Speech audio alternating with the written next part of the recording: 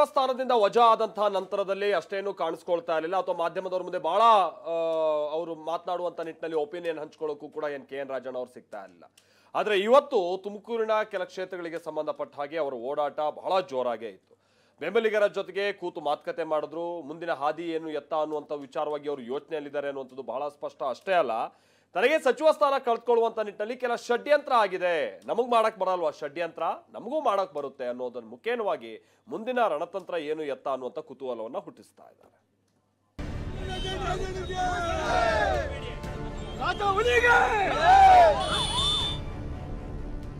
ವಜಾ ಬೆನ್ನಲ್ಲೇ ಕ್ಷೇತ್ರದಲ್ಲಿ KN ರಾಜಣ್ಣ ಮಿಂಚಿನ ಸಂಚಾರ.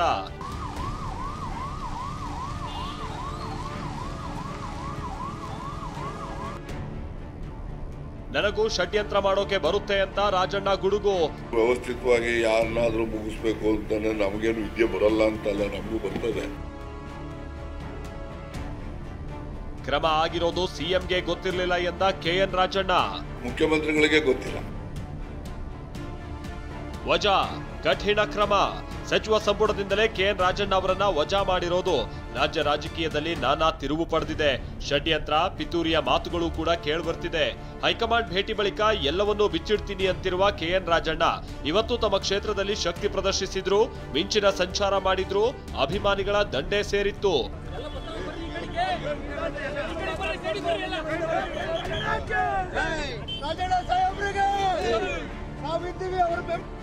ಸಚಿವ ಸ್ಥಾನದಿಂದ ವಜಾ ಆದ ಬಳಿಕ ಮೊದಲ ಬಾರಿಗೆ ಕ್ಷೇತ್ರಕ್ಕೆ KN ರಾಜಣ್ಣ ಭೇಟಿ ಕೊಟ್ಟರು. 79ನೇ ಸ್ವಾತಂತ್ರ್ಯೋತ್ಸವ ದಿನಾಚರಣೆಯಲ್ಲಿ ಭಾಗಿಯಾದ್ರು. ಈ ವೇಳೆ ಅಭಿಮಾನಿಗಳು ಜೈಕಾರ ಕೂಗಿದ್ರು.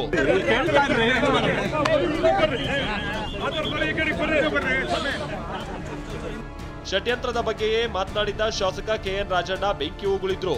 ನಮಗೂ ಷಡ್ಯಂತ್ರ ಮಾಡೋಕ್ ಬರೋದಿಲ್ಲ ಅಂತೇನಿಲ್ಲ ಅಂತ ಕೆಂಡ ಕಾರಿದ್ರು. ಕನ್ವಿನ್ಸ್ ಆಗ್ತಾರೆ ಅಂತ ನನಗೆ ವಿಶ್ವಾಸ ಇದೆ. ಯಾಕೆಂದ್ರೆ ಅಲ್ಲೊಂದು ಜನಗಳು ಕೆಲವು ಡೆಲ್ಲಿನಲ್ಲಿ ವಿರುದ್ಧವಾಗಿ ವ್ಯವಸ್ಥಿತವಾಗಿ ಮಾಡೋರು ಇರಬಹುದೇನೋ ಅಂತ ಅನ್ಕೊಂತೀನಿ. ನಾವು ವ್ಯವಸ್ಥಿತವಾಗಿ ಯಾರನ್ನಾದ್ರೂ ಮುಗಿಸ್ಬೇಕು ಅಂತಾನೆ ನಮಗೇನು ವಿದ್ಯೆ ಬರಲ್ಲ ಅಂತಲ್ಲ, ನಮಗೂ ಬರ್ತದೆ. ಆದರೆ ನಾವು ಮಾಡೋಕ್ಕೆ ಸಮಯ ಯಾಕೆ ವೇಸ್ಟ್ ಮಾಡಬೇಕು? ಅದಕ್ಕೆ ಅದೇ ಸಮಯ ಯಾರೋ ಜನಗಳಿಗೆ ಏನಾದರೂ ಒಳ್ಳೇದು ಮಾಡುವಂಥದ್ದಕ್ಕೆ ಉಪಯೋಗ ಮಾಡೋಣ ಅಂದ್ಕೊಂಡು. ಕಾಡದ ಕೈಗಳ ಕೈವಾಡ ಅಂತ KN ರಾಜಣ್ಣ ಆಕ್ರೋಶ.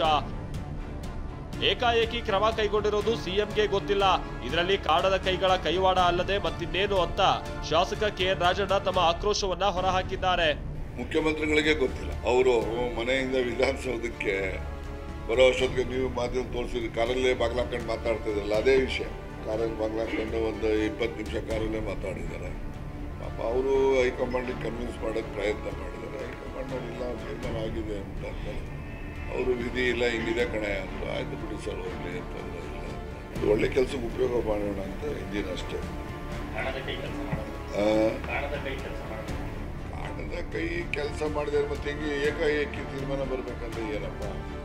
ನನ್ನ ಎಲ್ಲ ಹೇಳಿಕೆಯನ್ನ ತಿರುಚಿ ಹೈಕಮಾಂಡ್ಗೆ ಹೇಳಿದ್ದಾರೆ. BR ಪಾಟೀಲ್ ಅವರೆಲ್ಲ ಮಾತನಾಡಿದ್ರು, ಆದ್ರೆ ಅದ್ರ ಬಗ್ಗೆ ಯಾರು ಹೇಳಲಿಲ್ಲ ಅಂತ ಪರೋಕ್ಷವಾಗಿ ರಾಜಣ್ಣ ಅಸಮಾಧಾನ ಹೊರಹಾಕಿದ್ರು. ಎಲ್ಲ ಒಂದರಿಂದ ಅಲ್ಲ, ಎಲ್ಲನೂ ಸೇರಿಸಿರ್ತಾರೆ. ಈಗ 1 ವರ್ಷದ ಮುಂಚೆ ನಾನು ಪ್ರೆಸಿಡೆಂಟ್ದು ಬದಲಾವಣೆ ನಾನು ಆಗ್ತೀನಿ ಅಂತ ಹೇಳಿದ್ದು, TCM ಅಂತ ಹೇಳಿದ್ದು, ಆಮೇಲೆ ಭಾಳ ಇರ್ತವೆ. ಈಗ BR ಪಾಟೀಲ್ ಬೈದರು, ಮತ್ತು ಅವನು ರಾಯರೆಡ್ಡಿ ಬೈದ, ನಮಗೇನೋ ಹಾರ್ಷಾಗಿ ಬೈದ್ರು ಅವರೆಲ್ಲ. ಆದರೆ ಅವ್ರದ್ದು ಯಾರೂ ಡೆಲ್ಲಿ ಕ್ಯಾರಿ ಮಾಡಲ್ಲ, ಅವ್ರಿಗೆ ಗೊತ್ತೂ ಆಗಲ್ಲ. ಈ ನಮ್ದು ಎಂಥದೇ ಹೇಳಿದ್ರು ಕೂಡ ಏಕದಮ್ ಡೆಲ್ಲಿ ಕ್ಯಾರಿ ಮಾಡ್ತಾರೆ. Bureau report TV9.